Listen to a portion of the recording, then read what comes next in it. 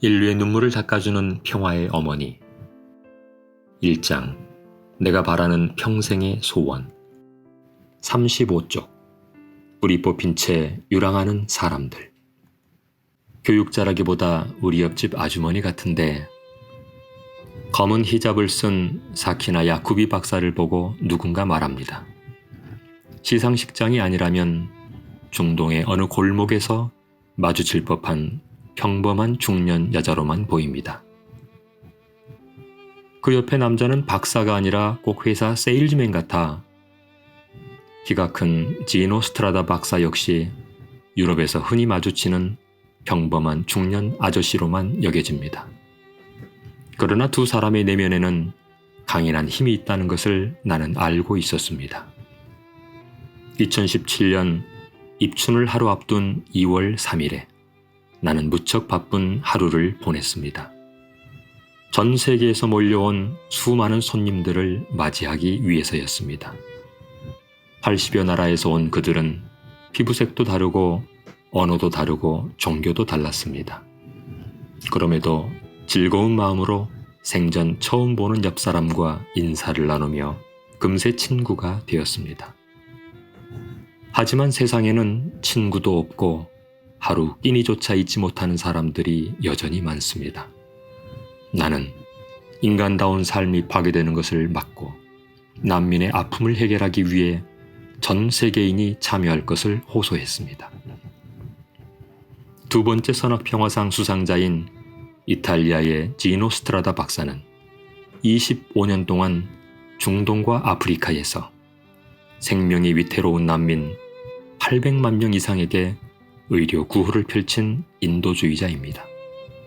아프가니스탄의 사키나 야쿠비 박사는 아프간 교육의 어머니로 불리는 교육자입니다. 아프가니스탄 난민촌에서 20년 넘게 난민과 실향민들의 재정착을 위해 일했습니다.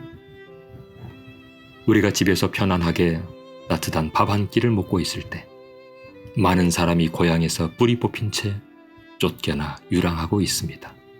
그 안타까운 비극을 우리 시대에 반드시 끝내야 합니다.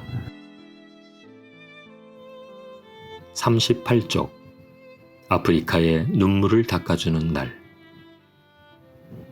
제자들이 예수님께 기도하는 법을 부탁했을 때 예수님의 첫 응답은 명료했습니다. 오늘 저희에게 일용할 양식을 주십시오. 그 기도를 가르쳐준 지 벌써 2000년이 흘렀으나 아직도 굶주림에서 벗어나지 못한 사람은 우리가 생각하는 것보다 훨씬 많습니다. 나는 아프리카에 갈 때마다 그 숙제를 풀기 위해 많은 일을 했습니다. 마침 선악평화상위원회가 2019년 세 번째 의제로 아프리카의 인권과 개발을 표방했을 때 숙제 하나가 해결되었다는 마음에 매우 반가웠습니다. 아프리카 개발은행의 아켄우미 아데시나 총재와 여성 인권운동가 와리스 디리는 내가 늘 생각해온 실천의 의인이었습니다. 나이지리아의 가난한 농가에서 태어난 아데시나 박사는 어려서부터 어떻게 하면 농업을 부흥시킬 수 있을까를 고민하며 아프리카로 돌아가 30년 동안 농업 혁신을 이끌어 수억 명이 굶주림에서 벗어날 수 있게 해주었습니다. 2019년 2월 선악평화상을 받기 위해 한국을 처음 방문한 그는 세상을 더 나은 곳으로 만들기 위해서는 아직도 해야 할 일이 많다고 말했습니다. 그의 꿈은 일찍이 내가 주창하고 호소했던 평화의 한 방법이자 실천이었습니다. 나는 그가 언제까지나 뜻을 굽히지 않고 참된 일을 계속할 수 있도록 격려했습니다. 또 한 명의 수상자인 와레스 디리는 여자로서 헤쳐나오기 어려운 길을 극복해온 의지의 아프리카 여성입니다. 그녀는 소말리아 유목민의 딸로 태어나 5살 때 할례를 당하고 내전과 굶주림, 탄압 속에서 어린 시절을 보냈습니다. 그러나 꿈이 많았던 그녀는 미래를 향해 도전했고 마침내 세계적인 슈퍼 모델이 되었습니다. 아프리카 몇몇 곳에서 자행되는 할례는 종교나 민족 고유의 전통이 아닌 단지 폭력적 관습에 불과합니다.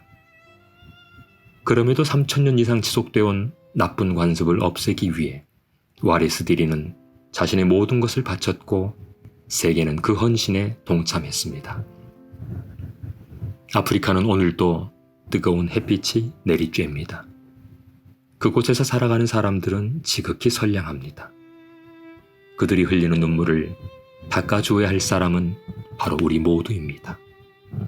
이제 선악평화상은 새로운 세계를 향한 아름다운 그림을 그려가고 있습니다. 선악평화상은 미래로 가는 여정에서 단단한 징검다리가 되고 있습니다.